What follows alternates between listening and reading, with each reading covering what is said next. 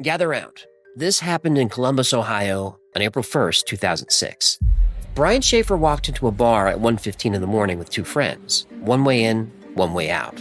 The building was covered in cameras. Every exit monitored, every door, all watched, all recorded. Brian was a 27-year-old medical student. The plan was med school, then residency, then marry his girlfriend Alexis. But that plan would never happen. In a building covered by security cameras, surrounded by 200 witnesses, in a room with one way in and one way out, Brian Schaefer vanished.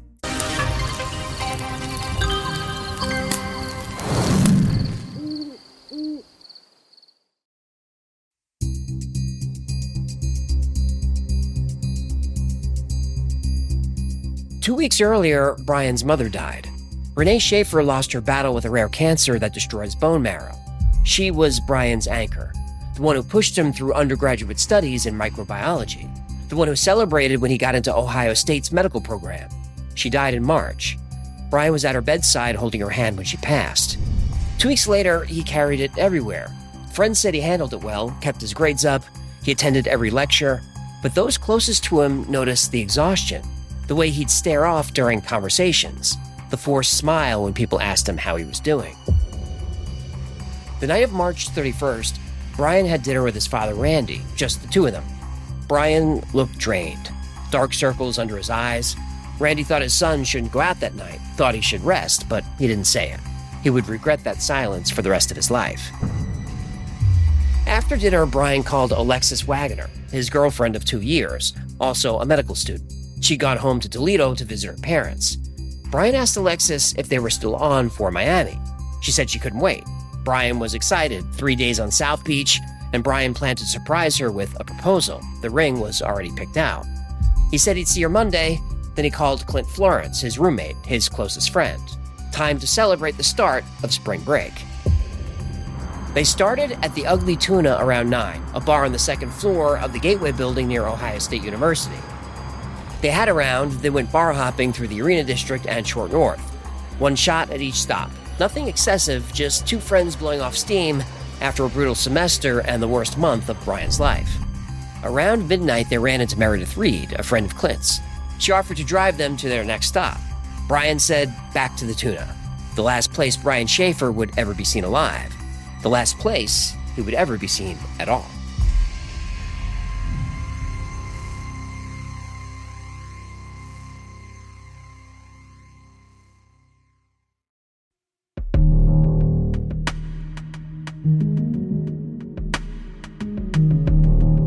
The security camera captured them at 1:15 a.m., three friends riding the escalator to the second floor. Brian looked relaxed, happy even. The Ugly Tuna occupied the entire second floor, exposed brick, industrial lighting, the bar along one wall, tables everywhere, a stage in the corner. The place was packed with college students celebrating spring break, loud music, and louder conversations. Brian moved through the crowd, buying drinks, talking to people. Witnesses later said he was more outgoing than usual, more social, like he was working hard to have a good time. Around 1:40 a.m., Brian and Clint stepped out to the balcony area overlooking the atrium. The camera caught them there. Brian leaning against the railing, Clint beside him. They talked for a few minutes. But at some point during that conversation, they got into an argument. The camera saw it all. They went back inside. 15 minutes later, Brian was outside again, alone. The camera recorded his final moments. He stood near the entrance talking to two young women, blonde, early 20s. The conversation lasted about 2 minutes. Brian smiled, the women laughed. Nothing seemed wrong. Those two women were never identified. Not Ohio State students, not locals anyone recognized. They appeared on no other camera in the building or surrounding area that night. 19 years later, nobody knows who they were. Brian said goodbye and the camera showed him turning, walking back toward the bar entrance, moving off screen. That was the last time anyone saw Brian Schaefer. At closing time, Clint and Meredith searched the entire bar. Bathrooms, back rooms, storage areas. They asked the staff. Nobody had seen him leave. 200 people came down the escalator as the bar closed. Brian wasn't among them. Clint called his cell phone. It went straight to voicemail. They waited outside until sunrise. Brian never came out.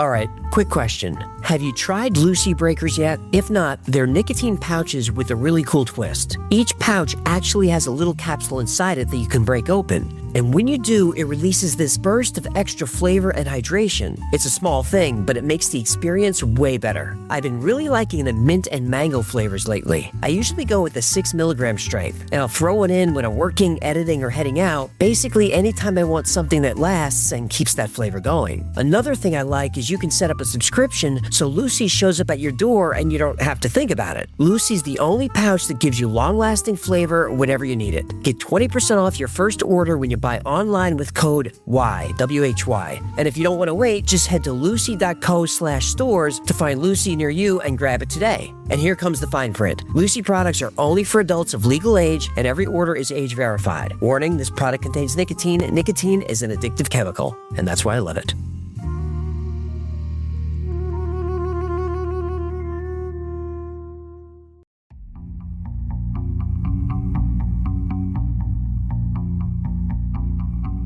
Police reviewed every second of security footage, every camera, every angle. The lead detective tracked every person who entered the bar that night, then tracked them leaving. Everyone was accounted for. Everyone except Brian. The detective told reporters, "I can say with 100% certainty that Brian Schaefer did not leave via the escalator. The surface elevator required a key card. Only employees had access. Staff were on camera using it all night. None matched Brian's description. But the back exit was more complicated than it first appeared. A service door, not far from where Brian was last seen, opened to a first-floor hallway that was connected to an active construction area with its own exterior exit. Officers said navigating it would be nearly impossible drunk, but the cameras covering that route weren't fixed. One panned back and forth on a cycle. The other was manually operated. There were gaps. Not many, but enough that a person could slip through unseen. That was the only crack in a sealed box, and nobody can prove Brian went through it. No witnesses saw anyone use the exit. Nobody saw anyone at the construction site, but the gap existed. In a case that seems impossible, every detail matters. Police checked cameras at 3 other nearby bars. None of them saw Brian either. Wherever he went after walking off camera at the Tuna, no other camera spotted him. K9 units tracked Brian's scent from the street to the escalator, up to the bar entrance. Then the dogs circled the same spot near the door and sat down. The trail stopped, as if Brian was there one minute, then gone the next. Police organized search parties. Volunteers combed the campus, construction sites, abandoned buildings. They searched the Olentangy River, which runs through Columbus near the campus.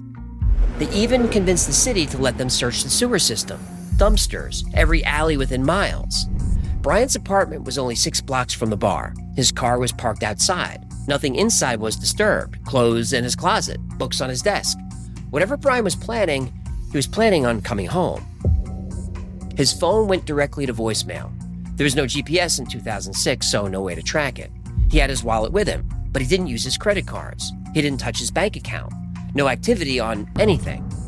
Monday morning, Alexis's engagement ring still sat in his apartment.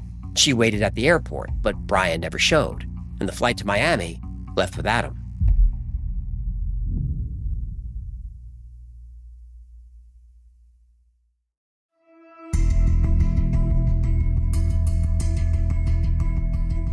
Everyone who saw Brian that night was asked to take a polygraph. His father Randy took one and passed. Meredith Reed took one, passed. Bar staff, other friends, all agreed, all passed.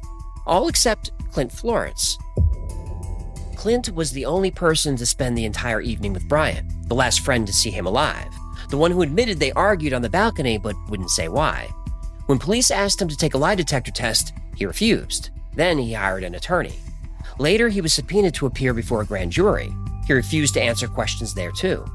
Refusing a polygraph is legally smart. Defense attorneys tell clients to refuse them because the machines are unreliable. Clint's refusal doesn't make him guilty, but in a case with 0 leads and 0 evidence, it's the one thread that won't stop pulling. Meanwhile, the search spiraled outward.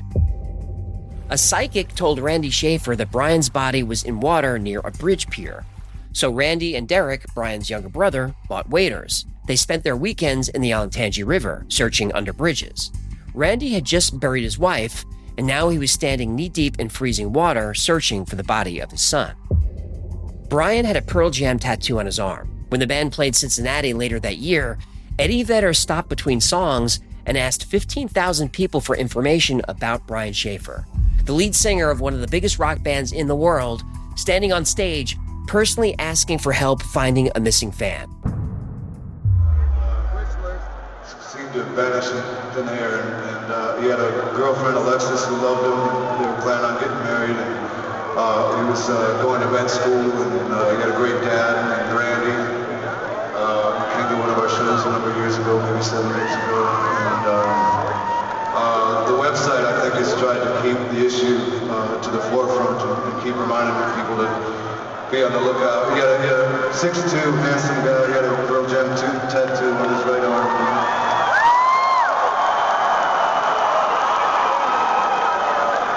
So the fans have tried to keep the issue afloat, but to no avail. So we just want to, we were taking a second back there trying to figure out what to play, and we just want to send this one out to him and let him know wherever he is, we're still thinking about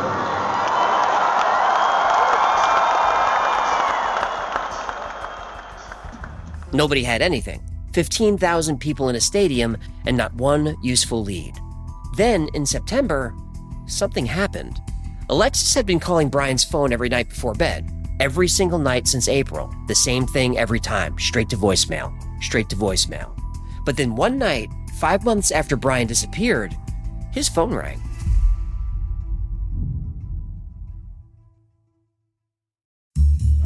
You ever have one of those moments where you look at your bank statement and think, wait, what is all this stuff I'm paying for? I had that exact moment recently and realized I had subscriptions running that I completely forgot about. That's when I started using Rocket Money. Rocket Money is a personal finance app that helps find and cancel your unwanted subscriptions, monitors your spending, and helps lower your bills so you can grow your savings. What I like about it is everything is in one place. You can see your subscriptions, your spending across accounts, and even set budgets so you actually know where your money's going each month. It also sends alerts for things like big purchases or upcoming bills, which is super helpful if you're trying to stay on top of your finances. And if you find a subscription you don't want anymore, Rocket Money can help cancel it right inside the app with just a few taps. Let Rocket Money help you reach your financial goals faster. Join rocketmoney.com/the-Wi-Files. That's rocketmoney.com/the-Wi-Files. rocketmoney.com/the-Wi-Files.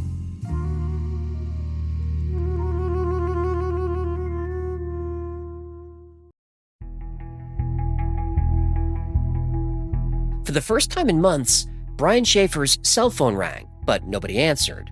Singular, Brian's wireless provider, said it was probably just a glitch. But a ping from the phone was detected at a cell tower in Hilliard, Ohio, 14 miles northwest of Columbus. Something activated that phone.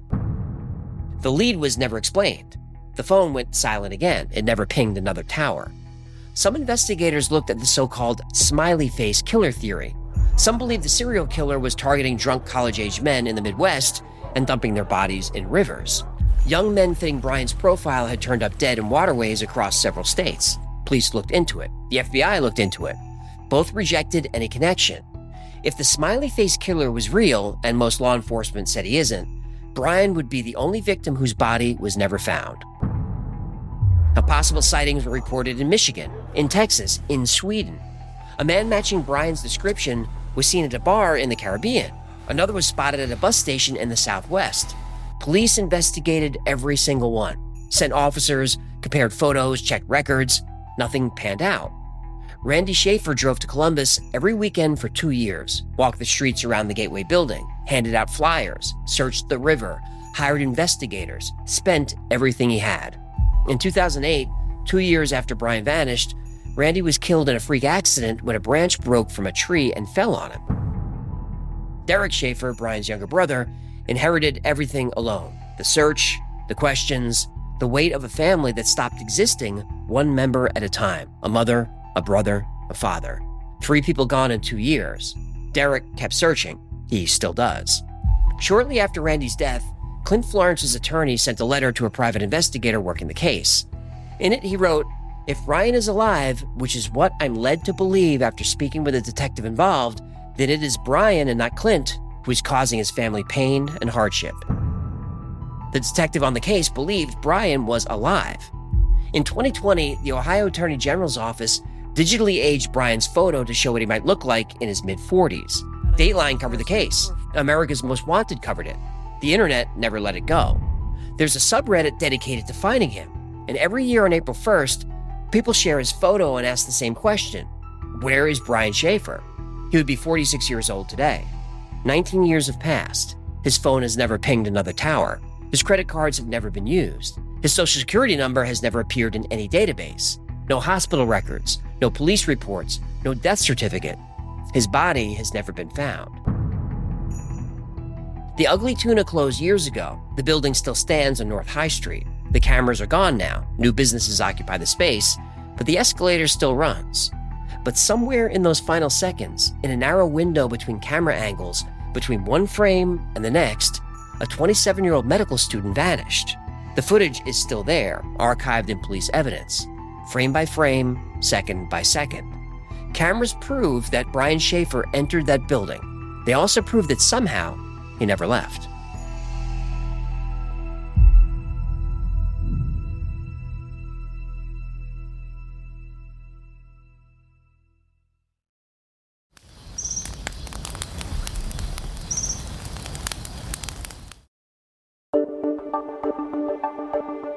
Gather round. This happened. In October 2009, hunters found an abandoned pickup truck on a dirt road deep in the Samboy Mountains of southeastern Oklahoma. The engine was cold. The doors were unlocked. Inside, a small terrier named Macy was pressed against the seat. She was barely alive. She was trapped in the cab for days with no food, no water, and no one coming back for her. They also found 2 cell phones, 2 wallets, and a GPS unit. There were coats and jackets inside, even though the nights were dropping into the 40s. And sitting in plain sight, $32,000 in cash. There were no footprints leading away from the vehicle, no blood, no sign of a struggle. The truck was owned by Bobby Jameson. He drove to the mountains with his wife Sherilyn and their 6-year-old daughter Madison. For what reason, the police never figured it out. The only thing we know for sure is the Jameson family is gone.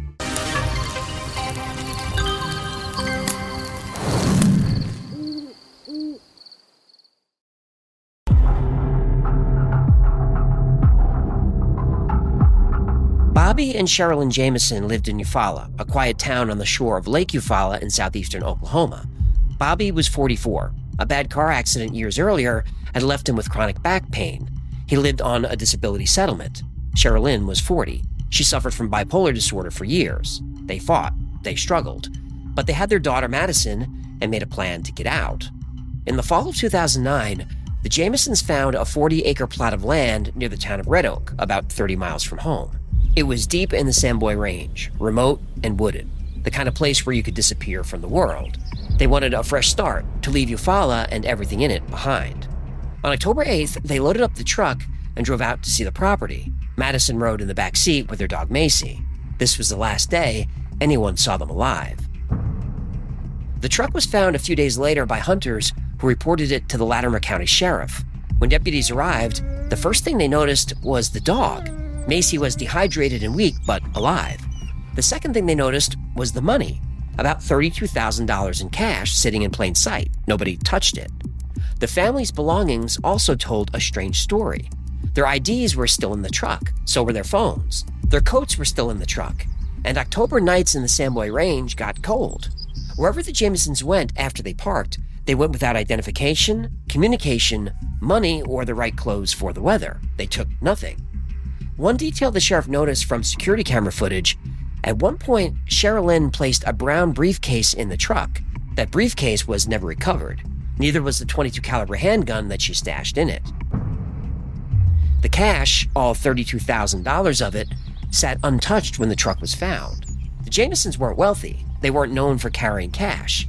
The disability settlement may explain where the cash came from, but it doesn't explain why they brought every dollar they had to look at a piece of land in the mountains. But the security cameras at their house recorded something that investigators have never been able to explain. The footage is time-stamped the morning they left.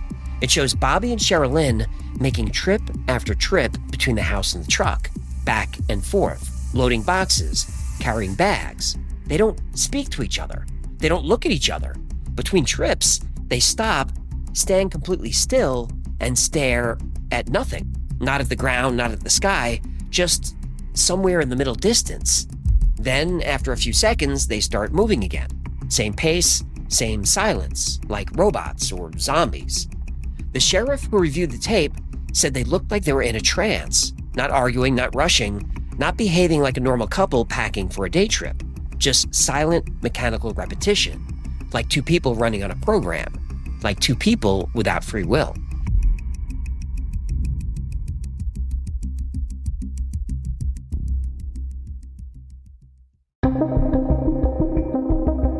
The Jamesons were already in trouble long before they disappeared, and every layer the investigators pulled back revealed something darker. Bobby was locked in a bitter legal battle with his own father, Bob Dean Jameson. In 2008, Bobby had filed a protective order claiming his father had tried to run him over with a car. Bobby's petition described his father as a very dangerous man. He accused him of being involved with meth and other criminal activity. He said his father threatened to kill him, his wife, and daughter. Then there were the spirits. Bobby and Sherilyn had both visited their pastor separately. They told him the same thing. Something was living inside their house. Spirits, entities they could see but couldn't make leave. Bobby told the pastor he'd gone out and bought a copy of the Satanic Bible. Not to worship anything, he said, but to find instructions for driving the spirits out of the house. He asked if he knew where to buy special bullets that could shoot the entities off the roof. The pastor didn't know what to say to that. Nobody did. A handyman who'd been staying with the family in the weeks before they disappeared had connections to white supremacist groups. After the Jamesons vanished, investigators took a hard look at him. They interviewed him multiple times. They couldn't tie him to the disappearance. On the property was a large metal storage container the family planned to move into while building on the new land. Sherilyn had spray-painted messages across its sides. One line said, "Witches don't like it when their cats are killed." The neighbors didn't know what to make of it, neither did the police. Inside the abandoned truck was an 11-page letter from Sherilyn to Bobby, handwritten and full of rage. She called him a hermit. She said she resented him. She said she didn't need him. Friends who read it later said it wasn't a goodbye note. It was angry and raw, the kind of thing you write at 3 a.m. when you've had enough. And then there was the last photo. It was on Bobby's phone, taken the day they vanished. The image shows 6-year-old Madison standing alone in the woods, not smiling, not crying, just standing perfectly still among the trees, looking directly into the camera with a blank, hollow expression, like she was waiting for something to happen. Nobody knows who took that picture. It was on Bobby's phone, but he wasn't in it. Neither was Sherilyn. Madison is alone. Trees behind her, dirt under her feet, and whoever was holding that phone was the last person to see that little girl alive.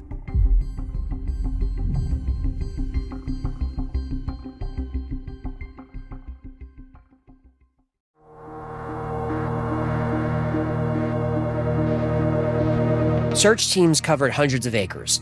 Dogs tracked scent trails that went nowhere.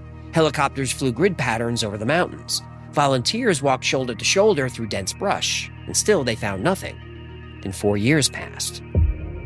In November 2013, 2 deer hunters were scouting a remote part of Latimer County, dense oak forest, rocky terrain, less than 3 miles from where the truck was abandoned in 2009. One of them stopped walking. Something pale on the ground caught his eye. Half hidden in the underbrush were bones, scattered across the forest floor by 4 years of storms and animals. 2 adults, 1 child. In July 2014, the Oklahoma Medical Examiner confirmed what everyone already knew, but no one wanted to hear. Bobby Jameson, Sherilyn Jameson, Madison Jameson. The official cause of death was undetermined. And that word undetermined is rare. Medical examiners almost always find something, a fracture, a puncture, toxicology, something. But the Jamesons gave them nothing. No bullet damage to any of the bones, no knife marks, no damage to the hyoid bone, which means they weren't strangled. 4 years of Oklahoma heat, cold, rain, and wildlife destroyed the evidence of whatever killed them. The case became national news. Hundreds of tips came in over the years, and none of them led anywhere. Every theory fell apart. Meth. Police searched the house and found nothing. No drugs, no paraphernalia, no evidence of dealing or using. Murder-suicide. But Sherilyn's gun was missing, and the bodies were 3 miles of rough terrain from the truck. Now, Bobby's father, he had an alibi and died 2 months after the family vanished. The handyman with white supremacist ties was a person of interest for a while, but nothing connected him to the disappearance. Sherilyn's mother believed that the family was pulled into a cult, and she never changed her story. The sheriff who worked the case said one thing stayed with him above everything else. Not the money, not the letter, not the photo of Madison in the woods. It was the footage. Bobby and Sherilyn moving through their house like they were sleepwalking, loading that truck in total silence, stopping to stare at nothing, then starting again, over and over and over. He said he watched it more than 100 times, and every time it looked less like a family packing for a trip and more like robots running a program. The $32,000 is still in an evidence locker. The briefcase has never been found. Sherilyn's gun has never been found. And nobody's ever explained what made Bobby and Sherilyn load that truck like zombies on the last morning of their lives. And most likely, nobody ever will.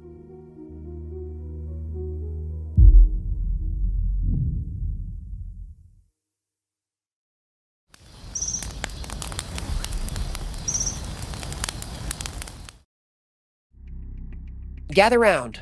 This happened. Marshall, Minnesota, May 14th, 2008, 1:54 a.m.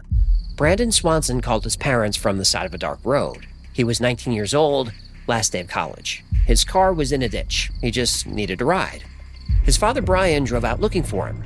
They stayed on the phone for 47 minutes. Brandon saw lights in the distance. He started walking toward what he thought was town. Then on the phone with his father, he said, "Oh, sh*." Then the line went dead, and Brandon vanished.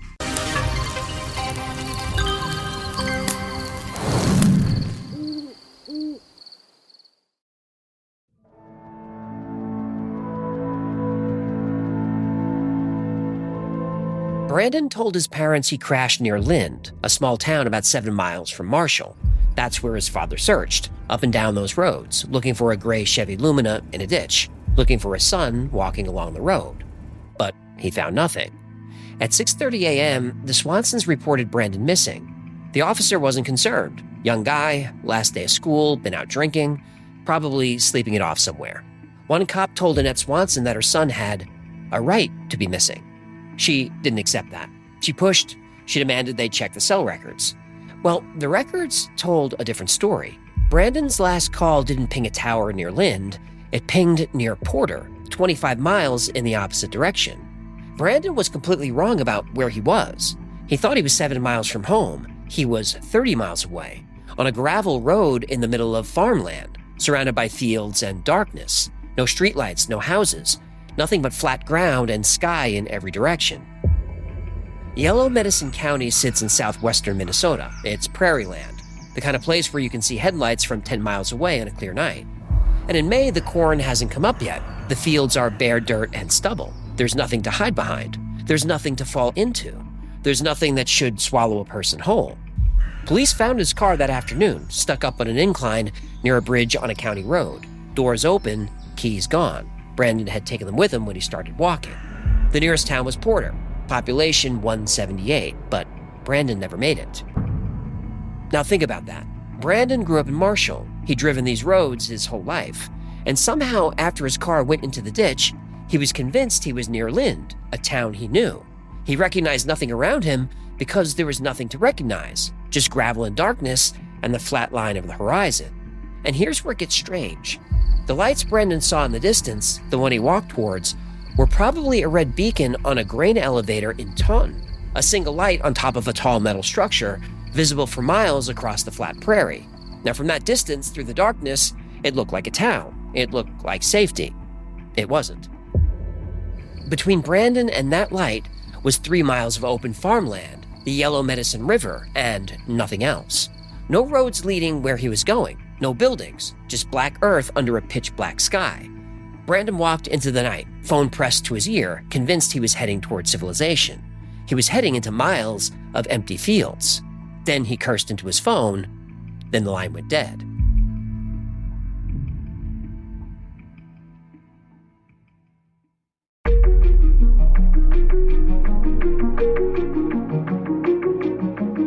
Searches started at first light. Helicopters overhead, officers walking the roads and ditches, volunteers combed the fields. They brought in dogs trained to track human scent across miles of open ground. Canine units with hundreds of successful tracks between them. Dogs that had found bodies buried under 6 feet of soil. The dogs picked up Brandon's trail near his car and followed it.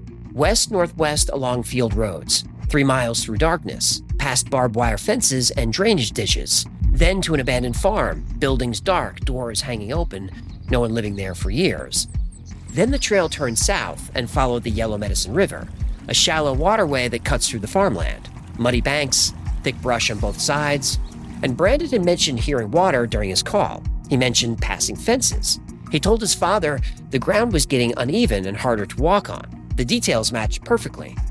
The handlers expected the trail to end at the river's edge, confirming Brandon fell in and drowned. But the dogs didn't stop.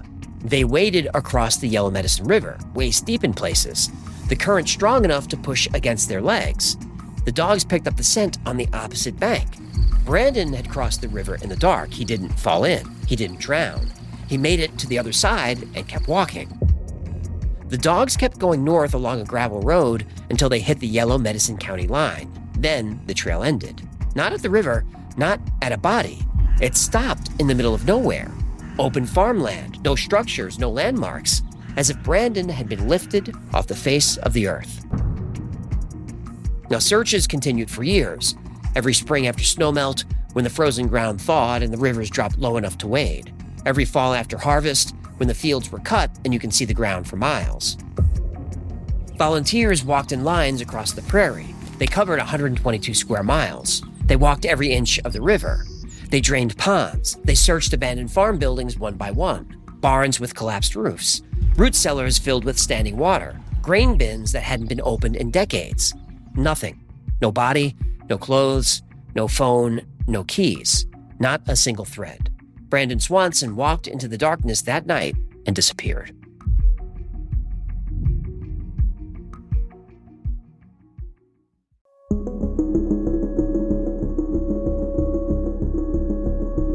The official story is Brandon drowned in the Yellow Medicine River. Walking in the dark, disoriented, he stumbled into the water, and that's the simplest explanation. But the evidence doesn't support it. The bloodhounds tracked his scent across the river, not into it. If Brandon had drowned, the trail would have ended at the water's edge, but it didn't. The dogs picked up his scent on the opposite bank and kept following it north. His father talked to him for 47 minutes. Brian Swanson says his son didn't sound drunk or confused. He sounded like himself, frustrated about the car and eager to get home, but coherent. He was navigating by landmarks. He was making decisions, not stumbling blind through the night. And then there's the final words. Oh, Now listen to what that phrase is and what it isn't. It wasn't a scream. It wasn't a cry for help. It was surprise. The kind of thing you say when you see something unexpected. Brandon saw something in the darkness. He reacted, then he was gone. Foul play has never been ruled out. The area is remote. Miles of empty farmland, isolated roads, abandoned properties. Someone could have been out there, could have seen his headlights from the road, watched him crash, and followed him into the fields on foot. At 2:30 in the morning, in that kind of darkness, you wouldn't see them coming. You wouldn't hear them over the wind. But there's no evidence of that. No witnesses, no suspects, no motive, no DNA, no tire tracks, no sign of a struggle. Just a trail that ends in the middle of nowhere. Brandon's parents never moved. They kept their porch light on every single night for years. Annette left his bedroom exactly the way it was. Bed unmade, clothes on the floor, textbooks stacked on the desk. She said she wanted it ready for when he finally came home. Brian Swanson replayed that phone call in his head 1,000 times. 47 minutes of his son's voice. The last 47 minutes, anyone heard Brandon alive. He told reporters the hardest part wasn't the silence after the swear, it was the 47 minutes before it, the normalcy, the casual frustration of a kid whose car slid off a road. Father and son talking like it was any other night, like everything was going to be fine. The Swansons lobbied the Minnesota government. They testified, they pushed. In 2009, Minnesota passed Brandon's law. Police now have to investigate missing adults immediately. No more waiting periods. No more right to be missing. Every state should have that law, but most don't. Brandon's case was reclassified from missing person to endangered missing person, then to suspected homicide. But no arrest has ever been made, and no person of interest has never been named. The case file remains open with the Lincoln County Sheriff's Office. The Yellow Medicine River still runs through that farmland. The grain elevator in Taunton still has its red light. The gravel roads are still empty at night. And if you drive County Road 10 past Porter at 2 a.m., you'll see exactly what Brandon saw. Darkness so complete, it swallows your headlights 30 feet ahead. And somewhere out there, in the space between Porter and nowhere, is the answer to what Brandon Swanson saw in the last moment of his phone call. A surprised swear, and then silence. He's been out there almost 18 years, and he's still out there, and his family is still waiting.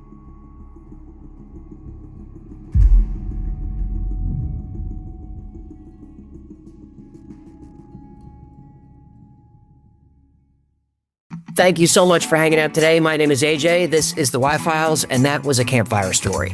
No debunking, no analysis, just a creepy story to scare you and the kids. And that one is true and unsolved. Now, if you had fun, I'd appreciate it if you can like, subscribe, comment, and share. That stuff really helps. And like most topics we cover here, today's was recommended by you. So if there's a story you'd like to see, go to yfiles.com/tips or send us an email. We'd love to cover that story. And if you'd like to hear any of these campfire stories expanded into a full episode, there's a few I'd like to do, then definitely let me know. Remember, the Y-Files is also a podcast. You can take us on the road. I post deep dives into the stories we cover on the channel. I also post episodes that wouldn't be allowed on the channel. Podcast is called the Y-Files, Operation Podcast, and it's available everywhere.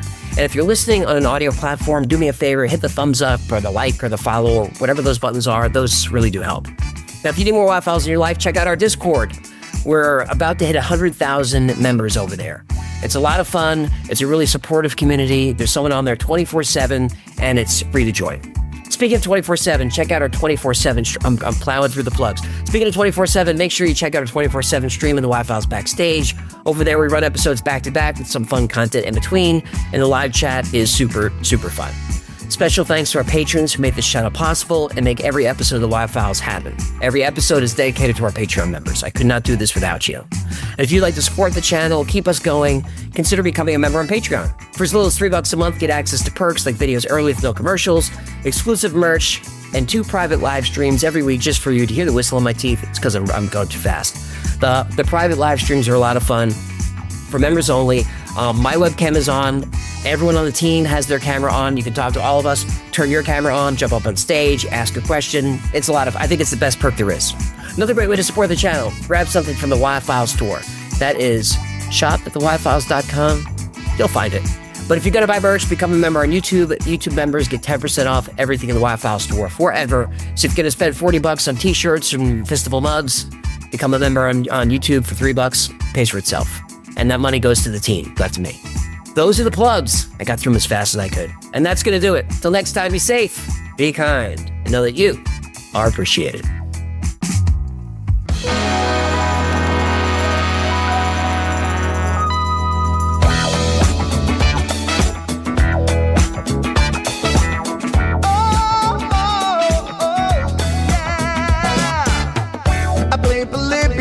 In Area 51, a secret code inside the Bible said I would. I love my UFOs and paranormal fun, as well as music, so I'm singing it like I should. But then another conspiracy theory becomes the truth, my friends, and it never ends. No, it never ends.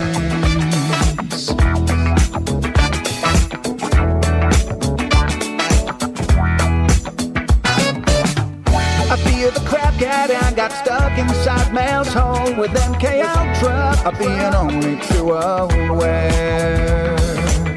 Did Stanley Kubrick fake the moon landing alone on a film set, or were the shadow people there?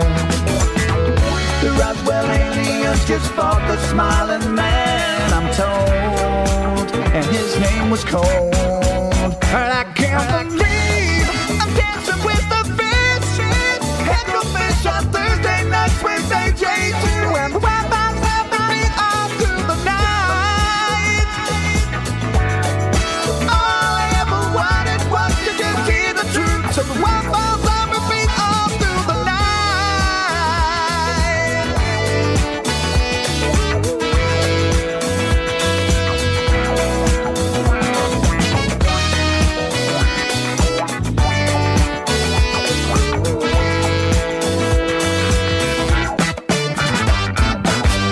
The Mothman sightings and the solar storm still come to Agatha, the secret city underground.